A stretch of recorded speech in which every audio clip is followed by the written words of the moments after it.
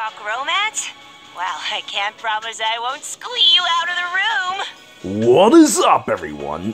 Today, I would like to present the stories of two mentally ill dragons, starting with Cupid. Now let's go and feed him some gifts so that you can understand.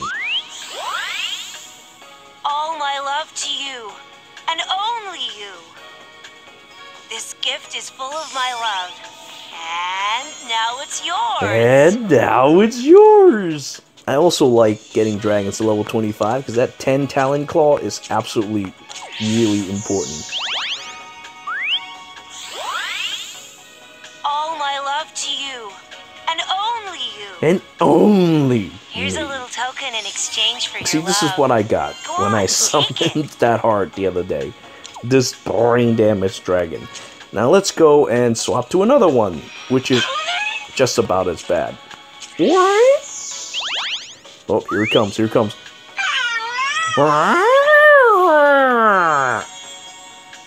Now please explain that noise. What is that noise even supposed to be? Alright, well, we'll give gifts some other time. Now let's go and look at the stories in the Dragon Stories section. We will read about them. We will understand what causes them to be like this. Let's see. Dragon Stories. I still have a lot I need to go through. First love. Let's see what happened to his first love that caused him to become this way. Then we'll look at Maritimus and see what causes him to eat wine. First love, part 1. There are two things Cupid adored more than anything: happiness and love itself. Did all he could to help the romance of others flourish and grow. He would help someone with a soulmate, bring two people together. It made him happy, and him too. The cute little girl instantly knew he wanted to make her happy.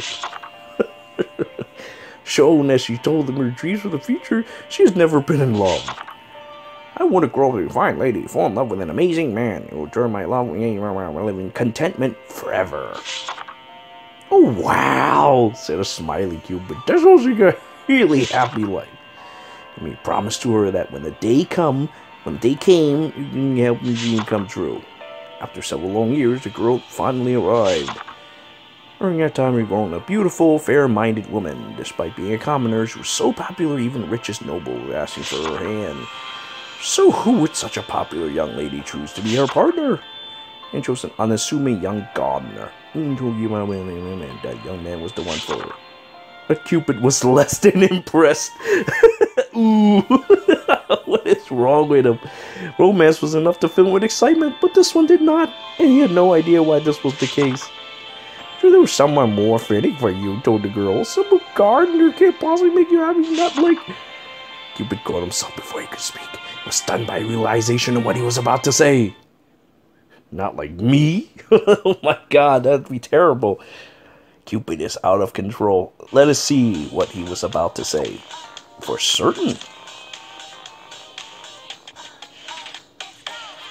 I'm less than impressed. This is the first time reading this story, and I already realized it's going to a horrible direction.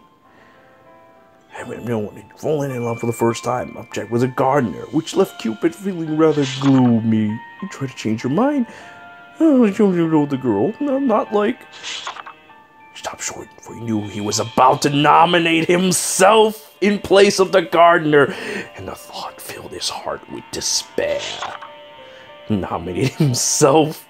It was a perfect match, but they were deeply in love and meant for one another. He had known this since the day he first saw them together. So this is another kind of love. It's so painful. He'd been in love with the theory of love, but did not know that it was in truth, or even how it actually felt. And while the pain in his heart didn't fill him with happiness, he still wished for the girl's life to be filled with joy. Even if he wasn't the one to make her happy, he still wanted her to live a long and fulfilling life. But we had never realized until the moment was that the sadness he now felt was also a form of love. He came to the girl and said, I want to give you all the love I can so you can be with the man you love for the rest of your lives. Even that, you ran back and took his hand. Yours only green running around. And so the pair believed Cupid's blessings, and so happy life for her. So the story goes. He doubled his effort to spread the joy of love to all. And I told him that I'm both happy and sad. Other discordant to endure it all the more. My soulmate is love itself, he cried. That is why I was able to stay in love with it, even after going such terrible sadness. How fortunate I am. And so, powered by this mutual love, Cupid continued to spread his days and sharing the love with others so that they can be happy too. And so he gave himself brain damage for, well, not getting his first love. Very sad, very sad. What a terrible, sad story. Now, let's see what the story of Maritimus, let's see what causes him to receive brain damage. And then, you know what? We're going to look at Marishiten as well. I think we need to understand what causes Marishiten brain damage. But first, we need to go and see the Shining Happy Dragon. Named Maritimus, Snowy loves shining and fashionable things. Didn't take long an interest in seeing human towns, while going on terrifies his friends. Maritimus shut off without hesitation. People were shocked at the sight of a dragon. Dragon. Suddenly showing up in town, but Maritimus could not contain his excitement for what he saw. Jewels, stained glass, accessories, cute clothes. There were so many questionable shiny things. He felt like he stumbled into heaven. Maritimus wanted one of everything, but knew such items were not free. So he decided to do what all humans in town do: work. He ran errands for Florentine town, gathered firewoods and kindling for morning and night. He worked at whatever job would take him. Well, there wasn't a soul who didn't know him, who would learn the name of Maridi and accept him as part of their community. Soon he was so popular he had more job offers than he could handle, and he used his newfound fortune to buy all the shiny and fashionable things he wanted. As my old merchant, beautiful sound, and instantly fell in love with it. Even day after that, he would go out of his way to walk past the mansion and listen to the beautiful song. There he was greeted not by soul singing, but crying. He worried up to them and see what was the matter. Chewing in tears, and as for the reason why. What was the reason? What could possibly be the reason why they would cry? Hopefully he'll show off his amazing technique, the polar roller, and that'll make them be amused, because that amuses us as well. And we're grown-ass men. Grown-ass men find this thing rolling into people amusing. Shiny things, sha da da da da da da da. Film level the sound. But they sobs. What was they crying about? The owner is managed to singing. That's why they told us how to sing. But now the owner isn't with us anymore. Then a bunch of scary men came by and said the mansion inquiry now belonged to them. What's going to happen to us? Contain was reserved, but he knew it was serious. If he didn't act, he might never be able to hear him sing ever again. All right, kids, just leave this to me. We're on the mansion, large back and take all the beautiful things he's purchased in town. Look at that guy. Offer scary men on the condition they leave and never return, which they were more than happy to do. Wasn't all that important to you? You're gonna go giving it away. I can't believe those bandits are just like, okay, we'll just take that and leave. That doesn't sound like what bandits would do. They'd probably be like, we want more. Or come back to rob them later. But hey, this worked out. I was really expecting Maritimus to just roll over them and not be the end of it. Requires new owner. We're so popular it did not take long to acquire sorts to receive orders. No. But there was something else he learned upon becoming the owner. Children's singing voices weren't the only radiant things in the choir's performances. The dignified expressions as they sang and the tears shed by the moving audience were equally aglow. Shining things from blah blah blah blah blah blah. How much time? Blah blah blah blah blah. Okay, well, what a beautiful story. What a beautiful, beautiful bedtime story about this brain-damaging dragon that, well, likes shiny things, and then gave it all away so that he could listen to shining songs. Alright, well, I kind of want to know about Marishiten, so why don't we go and read that too, while we're at it. Marishiten, I mean, what the hell's the difference, right? They're both dark dragons. Alright, so let's see about this Japanese dragon. Lady Amaterasu and the Shogun. In a moment country at war, of course. Japan's always at war. So, each claiming they will be fun and unify. Yep. This sounds just like Sengoku already. Alright, Prophetess warned a young daughter. He was kind and generous man, while both him and his daughter were without reservation. One day, Hunter appeared and gave the Lord a freshly trapped boar and bade him to kill it, eat it very night. The Lord was overjoyed, but the daughter looked moment terrified and with great pity. Before the boar could be killed, the daughter took it to the foot of the mountain and released it back into the wild. The boar, rejoiced in freedom, made a promise to the girl. If ever you're in dire straits, I'll come to your aid. Simply smiled and returned before shooing the animal away. Happy living in the mountains. Several years so the little girl grew a fine woman, utterly forgotten the promise made many years ago. A powerful neighbor in declared war on the girl's land. You knew we're not winning the war, so don a strange set of armor made her way to Marushiten, the dragon in possession of great power.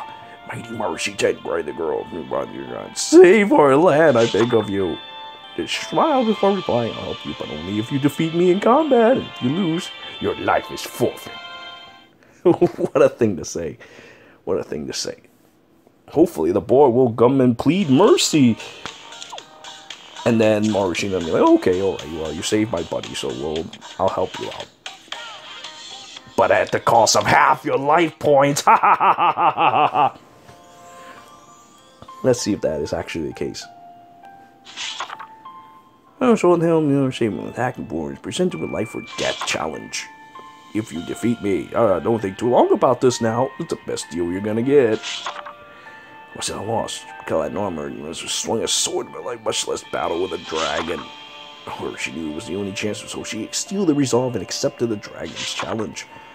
Cackled and raised her sword high while a terrified woman with a trembling grasp.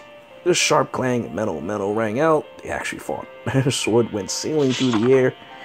Devastated, the woman sank to her knees, closed her eyes, waited for the final blow to fall. And the final blow never came. What seemed like an eternity opened her eye to see a boar standing between herself and the dragon. Lady Marushita, cried Amor, please save this human's life. You once saved mine when I was captured by others of her kind. The woman was bewildered, for she had forgotten how she saved the boar as a child. Then the animal went over the woman and used its snout to push her to her feet. I promised I would be there to help you in dark times, did I not? Said the boar. Now go, flee while you can. I'll explain all to the dragon. And the woman crashing back in a wave, she fell on her knees and hugged the boar fiercely. Marushita watched this for a moment, let out a deep sigh. You should have told me this sooner, boar. I took the hand of your savior there. Savior? That's right, that boar is my servant. You saved his life. Not only when I serve you, I'm actually going to do you a favor. For half your life points, I'll save your land and people, and then we're going to even... Oh, sorry about the whole I'm going to kill you thing. I only find it surrounded by bee. Mona tricked her at such a late date, but the dragon only smiled. Or he delayed, one Rachel calls hewed the enemy soldiers like grain.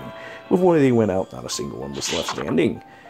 The woman's country was saved, praised Marushita and strength, nearing the dragon of battle, and swore the password of our fury and honor through generations. But how did her descendants pledge their soul to Marushita and become known as the 12 Worm Clans? Well, that's a story for another day.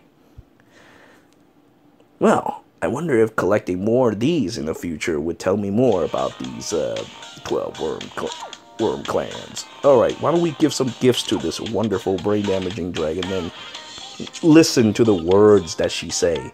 We'll do it a favor for people who don't have these dragons. For they are top-tier dragons. Well, Marushita is top-tier. Marushita is top-tier dragon in my heart. I don't know why I selected that. Jesus Christ. Good timing. I was getting bored. Shall we Look fight? at that! Look at that smile she's got. You smell like kindness. Now let's give her a better play. not be as Give her a soft-hearted play. as he See what she says. Thanks for that. Look at that crazy Have a little smile, something in return. crazy laughter. And there you have it, the crazy person. And now we have seen all 3 crazy dragons. I said 2, but since I'm also crazy, now there's 3. Find yourself lost in the darkness? Alright, well that's about it for today. I thank you all for wasting your time with me. Until next time.